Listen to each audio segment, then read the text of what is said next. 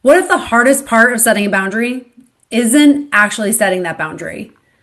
What if it's the moment after you set that boundary? When you receive the text, when you get a response, when the guilt sets in that you can't even put your phone down, when the second guessing starts, when the conversation ends yet it doesn't end in your mind, when the loneliness sets in, when you feel the pressure to explain yourself, that feeling that you feel like maybe you were too harsh, maybe you feel like you're selfish, or maybe you were too much. The doubt consumes your thoughts and you can't stop thinking about the conversations. Most conversations and boundaries stop at the moment you actually set the boundary. But no one talks about what happens after you set the boundary. When you're sitting in that aftermath, when you're sitting in that self-doubt, when you're sitting in the rumination of conversations and feeling like you need to explain yourself. I've had so many women come to me where they've said, I set the boundary, but why don't I feel better? Why am I still feeling this tension in my body? Why do I feel like I made a big mistake? And that's where the true work begins. And what I know is that boundaries are part of the equation, but where the real work is being able to feel safe enough to sit in them after you set them. And that's exactly what we're talking about today. Because if you've ever set a boundary and then immediately felt anxious or guilty or panicked or completely tempted to take it back, there is nothing wrong with you. You are not failing at boundaries. You're experiencing exactly what happens when old survival patterns begin to lose their grip. And that is precisely where the real work begins. If we haven't met before, I'm Dr. Kelly Kessler, a doctor of physical therapy and a transformation coach and the host of the podcast, Rewiring Health. And this episode is where real change happens. This is where we're going to dive into the nervous system, the subconscious patterns, and the relational conditioning that keeps you stuck even when you already understand what's happening.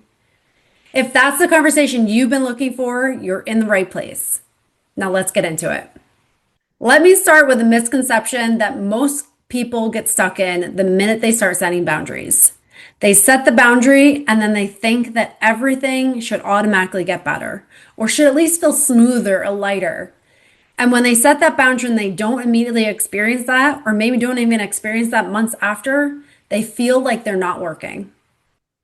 I know that's the conversation around boundaries. There's no shortage of content telling you to set a boundary, highlighting areas you need to be protected, and showing the benefits of having boundaries. And while boundaries are absolutely essential, what's missing is the aftermath of those boundaries. Because the thing is, the minute you set those boundaries, it's not all sunshine and butterflies. That's where the real challenges can come in. And awareness of this is not enough. Having the right resources available to you in those boundaries is where you can actually hold them. The thing is, a boundary can take 30 seconds to communicate. Boundaries are pretty simple in the context of it, that you can communicate it and you can understand it intellectually. But the thing is that living it can take months. Allowing your body to feel safe in it, that's really where this starts to shift. The conversation of a boundary is rarely the hard part. It's the aftermath. Because here's what no one tells you. Boundaries don't just change relationships, they challenge identities. They challenge conditioning. They challenge nervous system patterns that may have been keeping you safe for decades. When you stop being the easy one, the accommodating one, the one responsible for everyone else's emotions, the peacekeeper, the dependable one who never makes things difficult for anyone, your body often interprets that as a risk the minute you step out of those roles. And this is because they are unfamiliar. And your nervous system has been running the same program for maybe 20, 30, 40 years. So the minute you introduce anything new, anything unfamiliar, anything uncomfortable, it sees that as dangerous and that your identity is lost in the mix. And your nervous system is going to want to keep you back in the same patterns because they're predictable, because it's learned those, because it knows the outcome when you continue to live them. This is exactly the work I do with the women in self loyalty mentorship. It's not in the 30 seconds to say the thing, but it's in the days, the weeks, the months after where you feel pulled back into those old patterns. And that's where the real transformation happens. This is the part I want you to really sit with in this moment. Most women set a boundary expecting relief, and instead they feel anxiety, guilt, doubt, rumination, hypervigilance, shame, loneliness, panic. Everything starts creeping up or erupting in that moment. And the story they tell themselves is, I must have done something wrong. If this was the right decision, why am I sitting in this? Maybe I overreacted. Maybe I should walk it back and go back into what I knew. But what if those feelings aren't evidence that the boundary is wrong? What if they are evidence that the pattern is being challenged? Think about what you learned early on in your life. You may have grown up in an environment where being accepted required being easy. Being agreeable, being responsible for how other people felt. You may have learned that conflict was dangerous or that disapproval meant that something was wrong with you.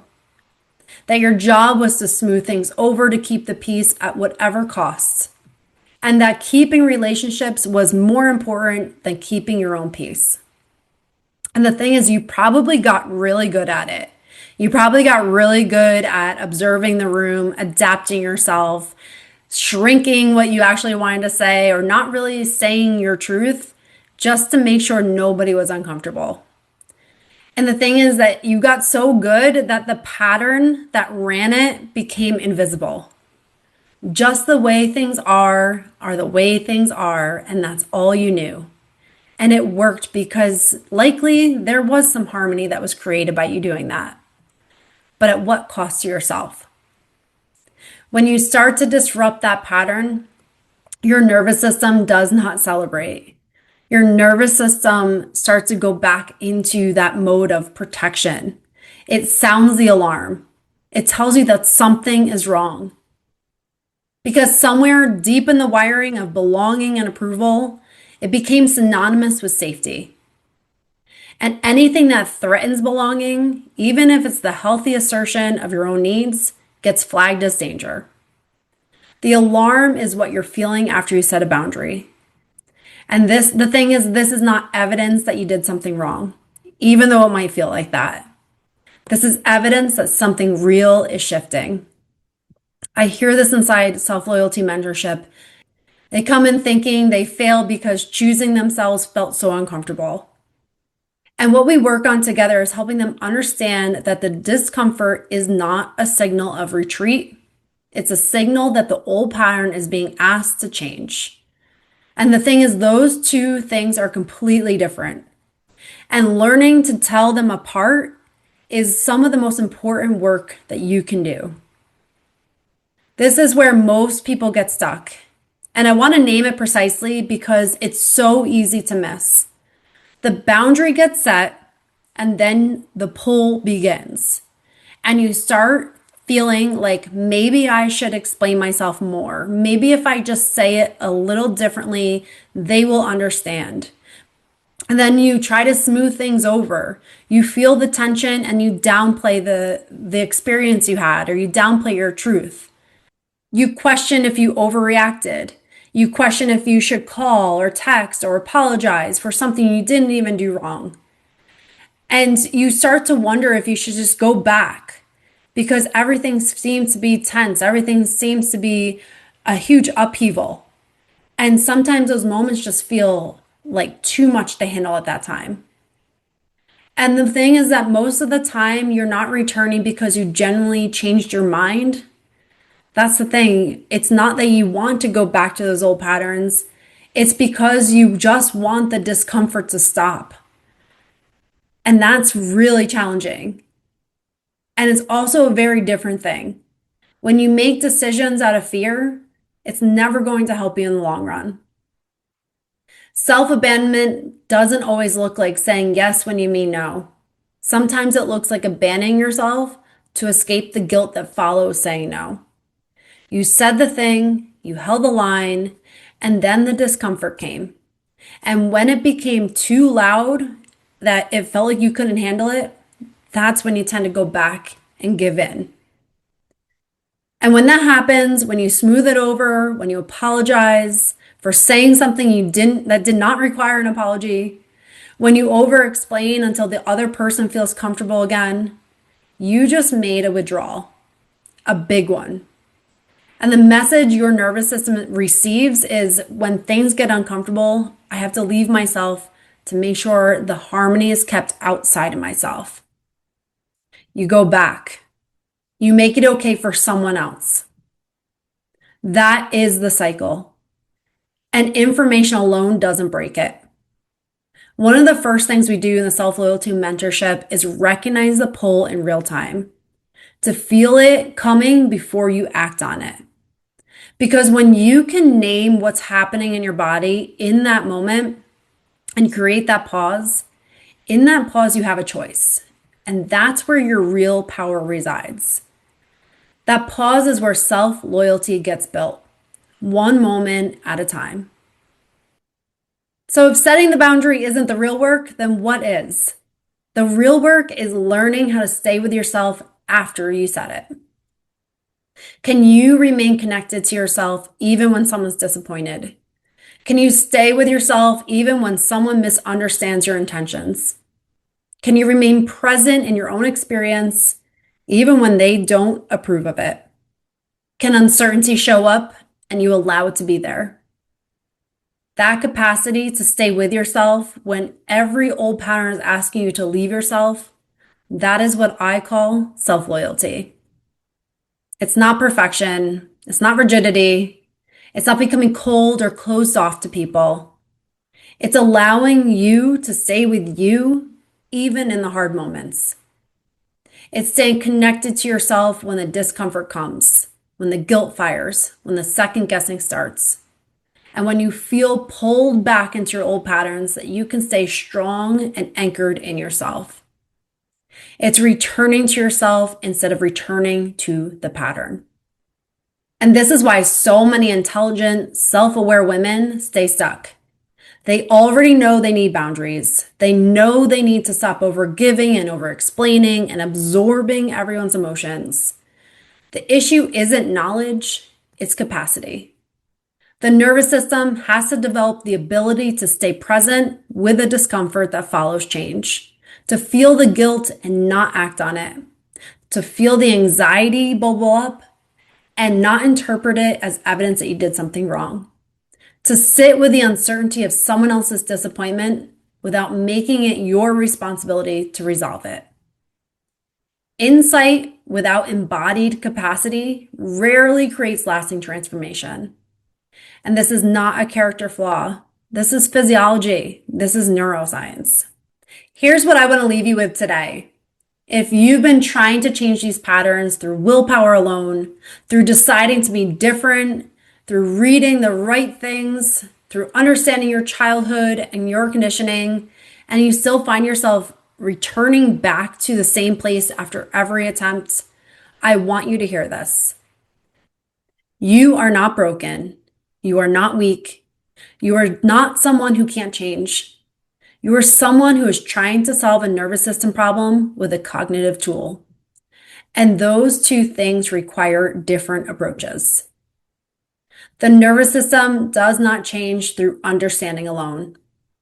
It changes through repeated new experiences that teach it, slowly, cumulatively, that a different way of being is safe, that you can stay with yourself and still be okay, that the relationship can survive with your truth, that disapproval is not the same as abandonment, that you can feel the guilt and it doesn't have to run you. That learning happens in the body, in the real moments, in the pause before you respond to the text, in the breath you take before you smooth things over that didn't need smoothing, in the hand you put on your heart when the guilt arrives, and in the words you say to yourself, I'm here. I've got me. Small moments repeated over time. That is how the nervous system learns that self-loyalty is safe. This is not in theory, it's in practice. In the actual moments where the pull is the strongest and the old pattern is the loudest. If you've been circling this work for a long time and you're ready to stop circling and start moving, I'd love to have you inside Self-Loyalty Mentorship. The link to learn more is in the description below. And if you're just now recognizing yourself in this conversation, the place to start is my free self-abandonment audit. It will show you exactly which patterns are most active for you and what your first step towards self-loyalty actually looks like in practice. The link is also in the description. The thing is, the goal isn't just about simply setting boundaries. The goal is becoming the woman who no longer has to abandon herself to keep them. If this episode has landed for you, share it with someone who needs to see it and leave a comment in what has spoken to you. I'd love to hear from you, and thank you so much for joining me. I'll see you in the next one.